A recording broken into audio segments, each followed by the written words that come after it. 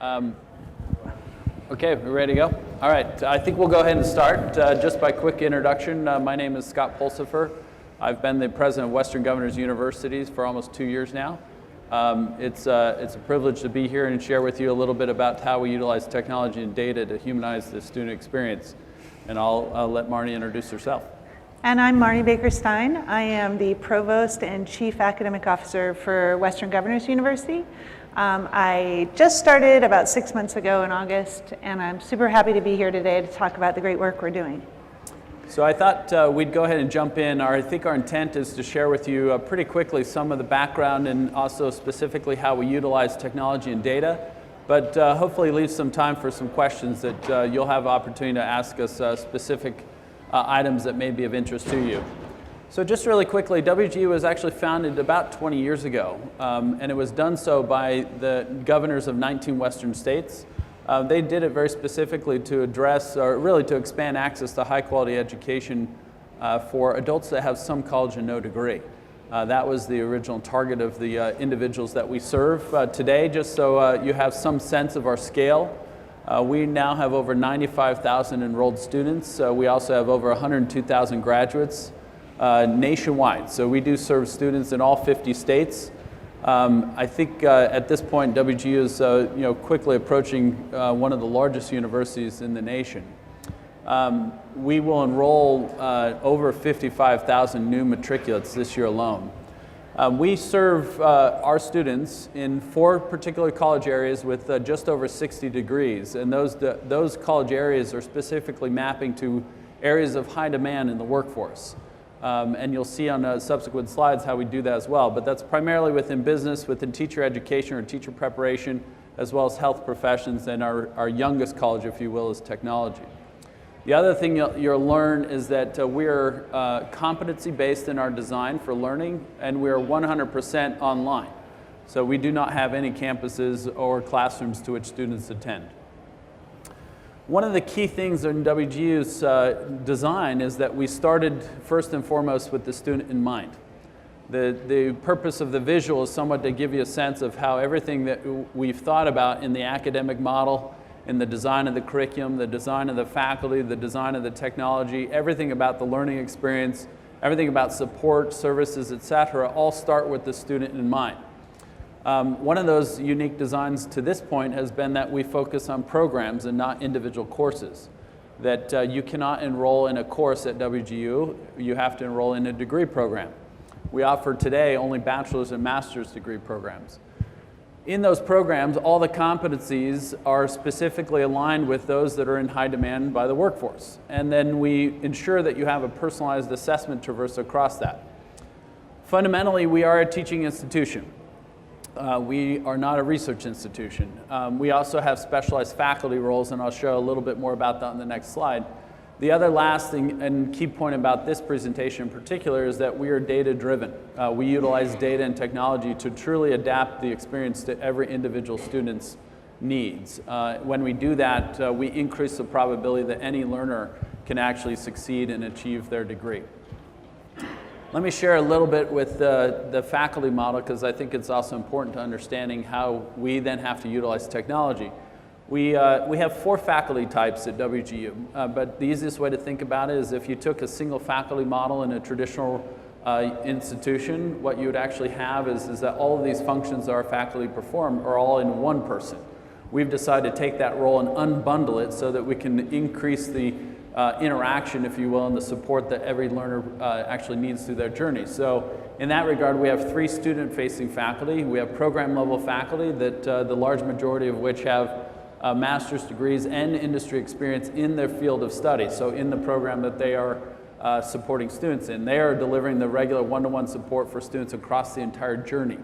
Think of it this way: if every single student that came to your institution, like WGU, from day one, you were actually assigned to a faculty member whose responsibility is to ensure that you traverse that entire journey to completion. We then also have course faculty. These are subject matter experts in particular courses. They're providing that targeted instruction interventions that are needed for every single student at a course level. We, of course, then attach that because of the design of competency-based evaluation faculty. who are also PhDs and higher like the course faculty, but their specific job is to ensure that they're assessing the proficiency level of the students who are in those courses. And then we have curriculum and assessment faculty. These are the faculty who are designing the curriculum and the courses themselves. They are the individuals that, that focus on not only what should be the learning objectives, how do those outcomes map to competencies, but also what is the course materials that we're going to be utilizing, what's the teaching model for this course, etc. And they are truly designing all the assessments that are associated with that to establish proficiency. So for us, from a data standpoint and overall practice of utilizing data, the kind of operative word that you should keep in your mind is the notion of transparency. We are entirely transparent about everything that is going on in our students' journey, and we're student obsessed about that. So everything about decisions that we make to increase the outcomes for students, we have created an institutional ethic about this. Think of it this way. Our ethic is simply this, that if you can know, you should know. There's no excuses. That if you know, in fact, if you should be able to know how are certain course materials increasing student outcomes, how are specific faculty engagements impacting student learning and impacting student progress, what profile of learner is struggling with which particular courses or which particular facets of their program journey. If you can know, you should know. The other thing that we have is that all of the practices are learner focused. So whether that's curriculum design and program design and development, whether it's course instruction, whether it's program engagement, whether it's even triggers and interventions, whatever it is all learner focused, back to that original wheel that you saw. We prioritize then data transparency across the institution so that it's not hoarded by, if you will, me and Marni and we're making all the decisions. We're actually increasing and pushing all the data out to those individuals who are directly interacting with students, who are making decisions not just at an individual level, but also about policies, practices, guidelines, etc. That lens today really provides clarity around virtually everything that we do in terms of leveraging our resources and processes to increase the personalized experience that every student is having at WGU. Lastly, I'll just say is that today all stakeholders at WGU do have visibility across expenses, revenues, effort, educational outcomes, etc. But in the future, we're increasingly personalizing and creating, if you will, powerful learning journeys at scale. Some of you might wonder what scale is when we're already nearly 100,000 students, but you can get a sense of what we expect. So. Lastly, I'll give this and then transition to Marni to let her give some very specific examples how we're increasing data transparency and data usage at a more granular level. But when we talk about an ethic, this also applies to our management and governance, if you will, of the university as a whole. And we just incorporated some sampling of even the documents and reports that we produce. There are what we generally refer to as our almanac, which literally has innumerable number of measures and metrics around student outcomes down to a course level, at a program level, in specific measures around everything from assessments to also engagement with the learning resources to interactions with faculty. You name it, we've sliced and diced that data many different ways such that on a regular basis we can start to root cause analyze what is driving outcomes or, for that matter, what is keeping outcomes from being achieved. It's important to also understand for all of those measures, we also have goals and expectations for what those outcomes are. The slide there, or the kind of image on the bottom left there is the top cover, or the cover page of our biweekly operations metrics review. And this is also an ethic where we specifically have all of those owners and across the university are on a bi-weekly basis getting together and for 90 minutes we review all of those measures across the whole university down to a pretty granular level that we understand not only how is our marketing enrollment processes working, but also how our course pacing, how's that happening, how's program pacing working, how are we doing on our IT support, how are we doing on financial aid processes and support. You name it, if it's interacting with the student, we measure it. And we also have a governance model by which we do that on a regular basis. So I'll kind of tee that up as an overall ethic that as you think about how to utilize data to improve your students' experience, it does begin with that ethic. And I'll let Marni transition to you. So. Okay, and I'd just like to underscore this ethic because I've worked at several different universities before, and to actually be at a place where every 2 weeks the entire community of care for our student population at WGU gathers to look at critical student success and progress numbers, decide what then must be done to either improve or understand successes so that we can replicate them, and then track that action over time, not only in biweekly meetings, but monthly meetings and quarterly meetings. So it just becomes an act of institutional noticing that is very powerful and that I've really never seen before. So when we are at those biweekly meetings or monthly meetings, Scott and leaders from across the organization often challenge those reporting out to answer the question, why? Okay, so you're having trouble with course completion, why is that? And how can we define action to make that better? Are you having an amazing success with on-time progress or pace through a program? Why is that, and can we replicate that?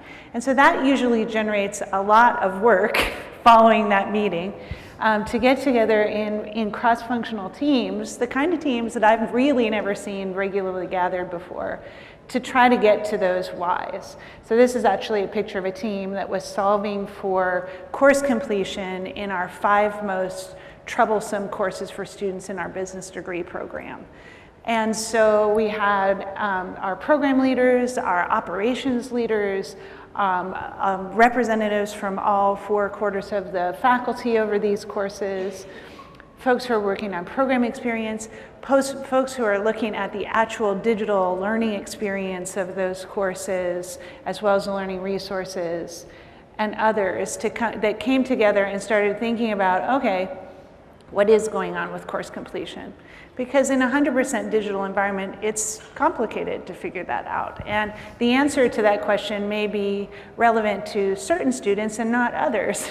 So this is just an example. We've been implementing a lot of tools. We have a new academic business process team who has come in and is sort of helping us with root cause analysis, the 5 whys, different Hoshin Kanri magical tools to make visible what may be invisible about what's going on underneath the numbers. So this is a regular practice and something that we feel like is going to make our work in the biweekly meetings much more meaningful.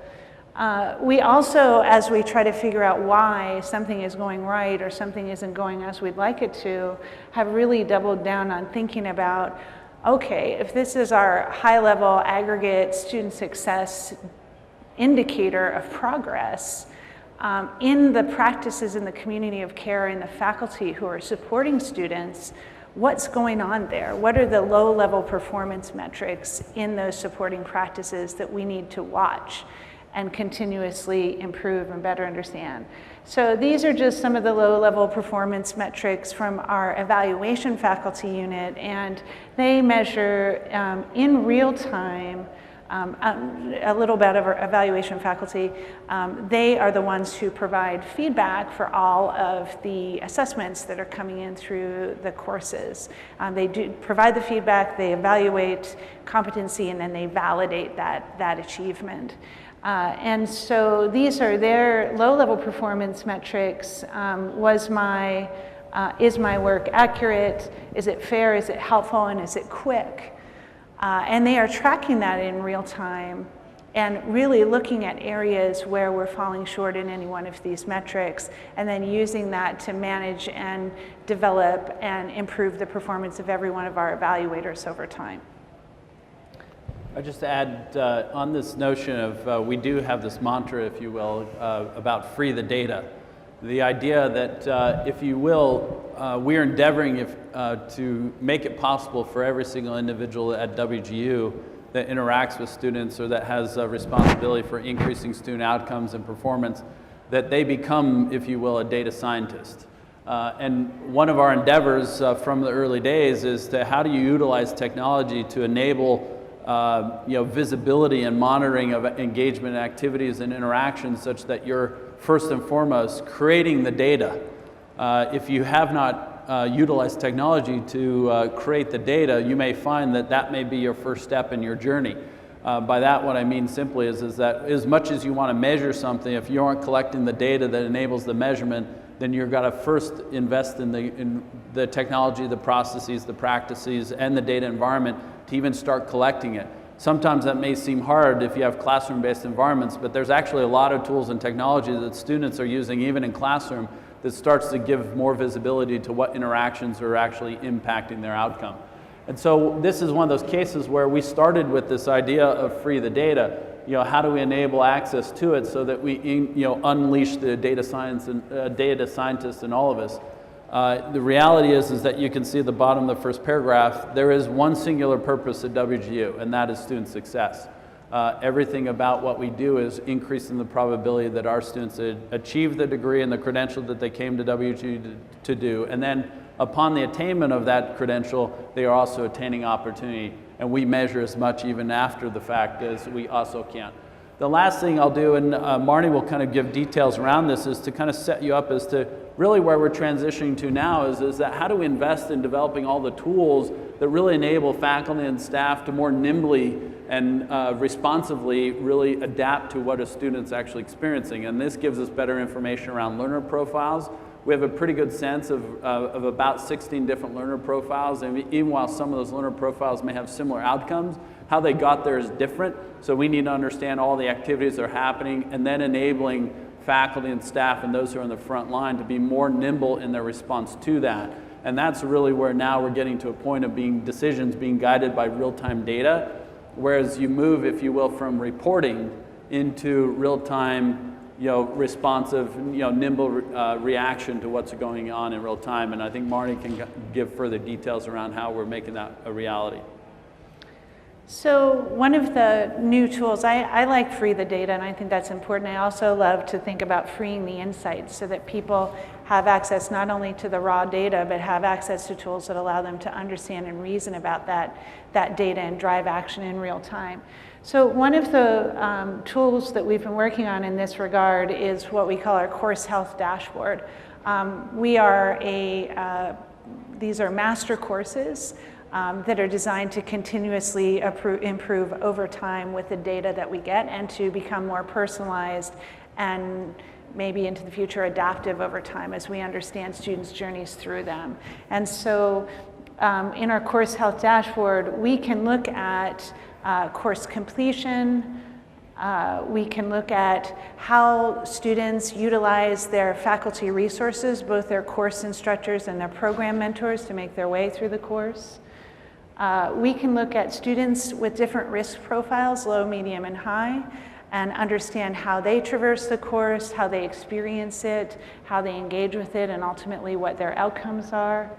And we can look at how students engage with both the learning resources that support the course. So perhaps the course has an online e-resource from a publisher, or it has a capture the flag activity from a virtual sort of reality provider, whatever it happens to be that is integrated with that course to drive the student experience. We can see how many of them have engaged with that resource, how often they've engaged.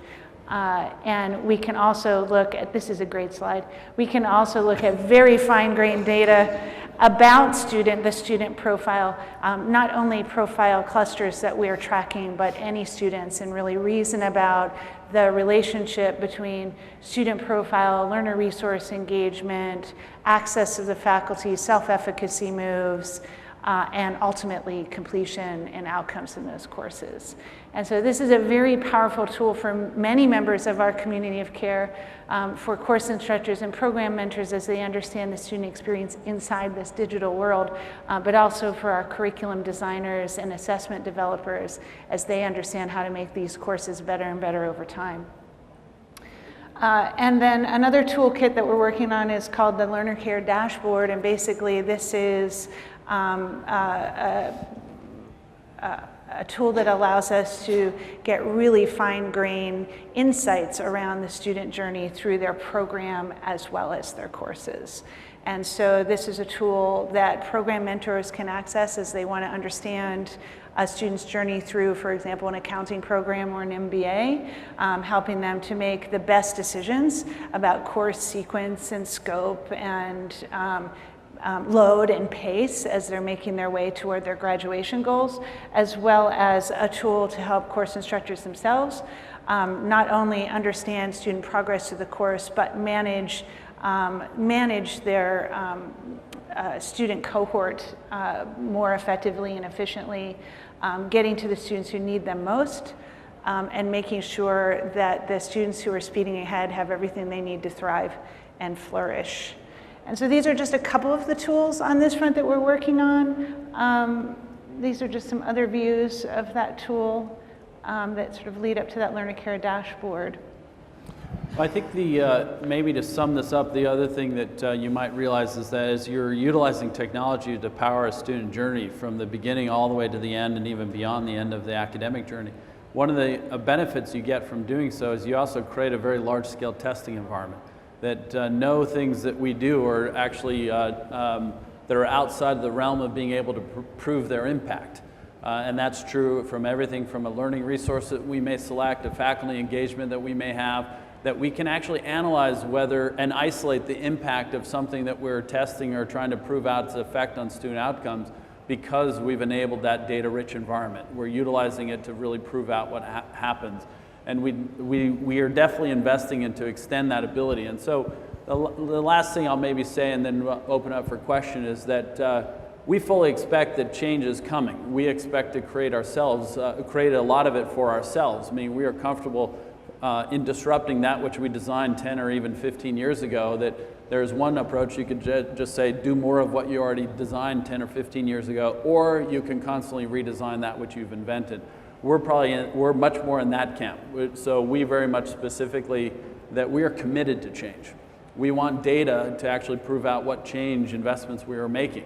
All of that change that we're committed to ultimately impacts student success. So whether it's embedding data-informed decision capabilities across the university and really pushing all of that out, whether it's promoting the collaborative approaches that we need to solve some of our hardest problems for some of our most underserved students, whether it's utilizing technologies and dashboards to facilitate that accessible performance, whether it's any one of those, one thing that we would advise all of you to say, you have to commit to change. That's the only thing that you can actually expect.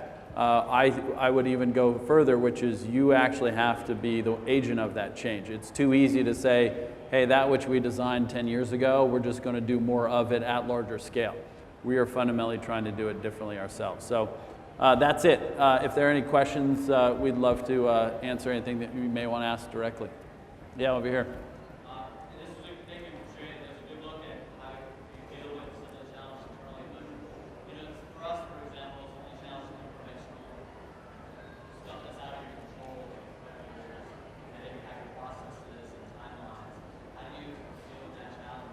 Yeah,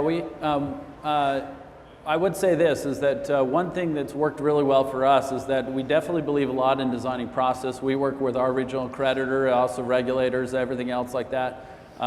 We do operate in a higher ed space.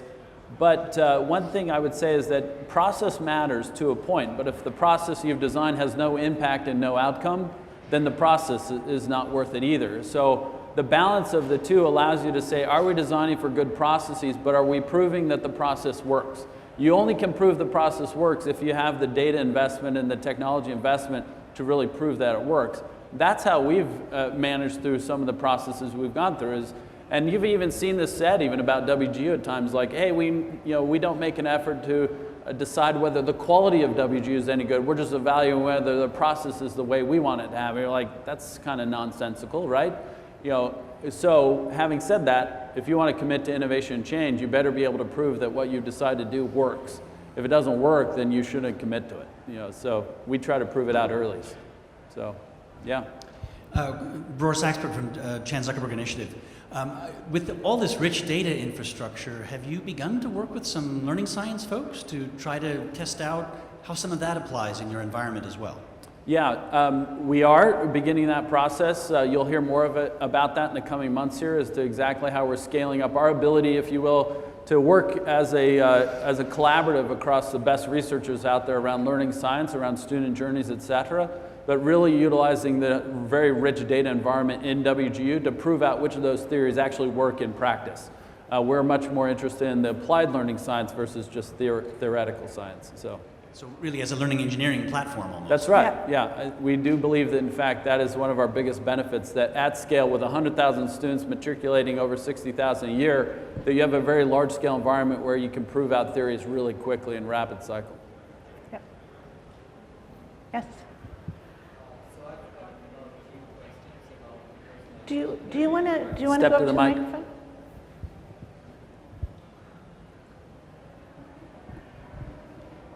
I had a few questions about the personalization that you guys are doing. And my first question is about the sequence of it. Like, how are the data results from the analysis that you do communicated to the instructors? And what form does the intervention take? Like, how do the instructors communicate with the students, given that you're talking about the problems of scale right now? Yeah. So we're looking at personalization on several levels, and we are at the beginning of our journey in terms of being able to automate and scale that personalization. But the first layer would be that program traverse personalization. I'm in an accounting course or program, or I'm in an MBA, and how can we personalize that journey through the program and through the competencies toward my goals? So that's one layer of it. The next layer is, now I'm inside one of my courses, making my way to a particular competency. How do we structure that journey for me versus you, depending on our background and our strengths and challenges? And then the final frontier is at that activity level, inside an activity, really being able to personalize a learning traverse for a student to make that learning more powerful for each individual, depending on their challenges and their strengths. So we really are looking at all of those layers. Right. Today, it happens through a fairly manual process. We have a digital trail of our students' journeys that we can surface to instructors or program mentors. And that, for its time, even today, is pretty awesome. I think into the future, however, we want to be able to predict what's coming next so that we can always be making those recommendations for the next move and the next move for students, where some of those recommendations are automated, some of those recommendations service to course instructors or program mentors so that they can target an intervention and we can track that intervention. Right. And some of them will be good old manual interventions as well over time. So that's where we are. What's great is we have the underlying data foundations to drive that work over the next couple of years. All right, thank you. Maybe over here, maybe, I don't know how much time we have. I don't but either. One over here, and then, yeah. Can you say something about the data governance regime in place to support the data? The data governance regime, it did start a lot from me. We already had a lot of good data in place when I was coming in, but I would say one thing that we added to it dramatically was the governance model for that. And so previously we had access to a lot of data restores, a lot of even synthesized data, meaning it took data, synthesized into certain metrics, and you could pull reports. But it wasn't really fully scaled and available. So the first thing we did is we really did endeavor to establish what were all the key measures and metrics at the levels that Marni just had talked about, so that we can go pretty deep. And then we didn't codify it because they're always subject to change, and we do change the measures on a constant basis. But what you had to invest in is an institutional research arm that really established the means by which you were always producing that data. So our data is run on a regular basis, it's always accessible, then it's also it's fixed every 2 weeks, so on a Sunday night, those reports run, they're distributed. So in addition to that, institutional research is also now investing in developing all those tools that as you're looking all that, designed measures and metrics, you also have the tools to start doing the root cause analysis and go really dig into why is my measure going above or below plan, why is the trend positive or negative, et cetera. That work has also been ongoing so that now all the tools to getting access to all the information is also done. And then we're going further, which is now how do you get to what Marty was showing, which is now there's just proactive dashboards and data that are actionable right out of them, meaning that they're not prescribing is not the right word. They're basically nudging our faculty and staff, et cetera, to say, for these sets of students, these are the actions that need to be taken, here's how you need to intervene, et cetera. But now it's being pushed into actionable dashboards. But that started with a combination of, there's a commitment to it from the top all the way down. There is an institutional research arm that's ensuring that all the data infrastructure is being put in place. And then there's really the technology team together with Marni that's investing all the tools that then make that much more accessible. Yeah. Maybe one more question here in the middle, or we can keep going, I guess, unless someone kicks us out. So. Hi, my name is Zach Bell. Oh, that was me. Sorry. I work for a tech company, Smart Sparrow. It's a courseware development platform for personalized courseware. So this is really interesting to me. And I'm just wondering whether you create your own content at all, whether you have a learning design team in-house, and if not, whether you ever considered doing so. Yeah. So historically, we have been laser focused on creating our assessment traverse for our competencies. That's our main competency as a university, is the design, development, and continuous improvement of the validation of those competencies. And then we have primarily subcontracted out to a variety of third-party providers and open resource providers to curate and coordinate the content to support students as they're moving to those assessments. And that's where we have been to date. And that has allowed us to grow very quickly and also expand our programming portfolio very quickly over the last 10 years or so.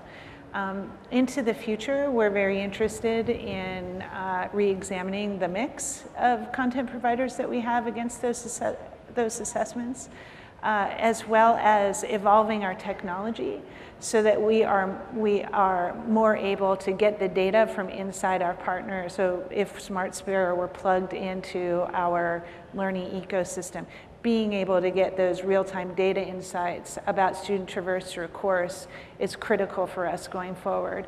Right now, it's catch as catch can. With some partners, we get quite a bit of data out in real time, and other partners, it's like batch delivered to us at the end of the course, and other partners, it's hard to get at, period. So that's where we're moving going forward. And we would love to talk to Smart Sparrow about the work that you're doing on the adaptive courseware front. Okay, one more question, and I think we'll be it. Yeah, go ahead. Just a basic, maybe stupid question, but who inputs all the data and how time-consuming is it to do so? Most of the data is not inputted, meaning that, think of it this way, is just the same way you use your mobile phone and all the activity that you're engaging with the different applications, et cetera. That's what we've endeavored to do. So as our students are logging into their portals and they're engaging at the course level, if they're interacting with our faculty, if they are signing up and attending cohort sessions, if they are going through an enrollment process, submitting assessments, all of what they're doing is effectively enabled utilizing technology. And so it's more like we're monitoring activity and collecting those instances of activity occurring, and then we're synthesizing that data into information that then we can utilize. And so most of all the data, there are very few, if any, manual inputs I can think of. Most of them would probably be faculty inputs that I had an interaction. Here was the chat transcript, but here are my additional notes. Or there's evaluator feedback that's input into the system that we also can do some text mining on and pulling out keywords of, et cetera. But most all of it is automated. So good question, though, because the more automation you get, the more data you have access to really try to identify which of those things are really driving outcomes versus manual input. So thank you so much. I appreciate the time.